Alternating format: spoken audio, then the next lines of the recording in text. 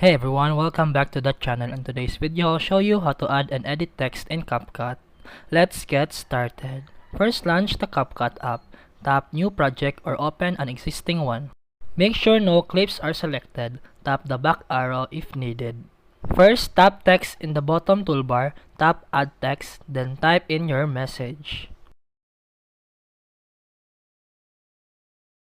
Then, tap Fonts to choose your desired style. Then, tap Style to change color, adjust size opacity, customize border background, and more. You can also tap Shadow to add depth with a shadow, change shadow color, blur, and offset.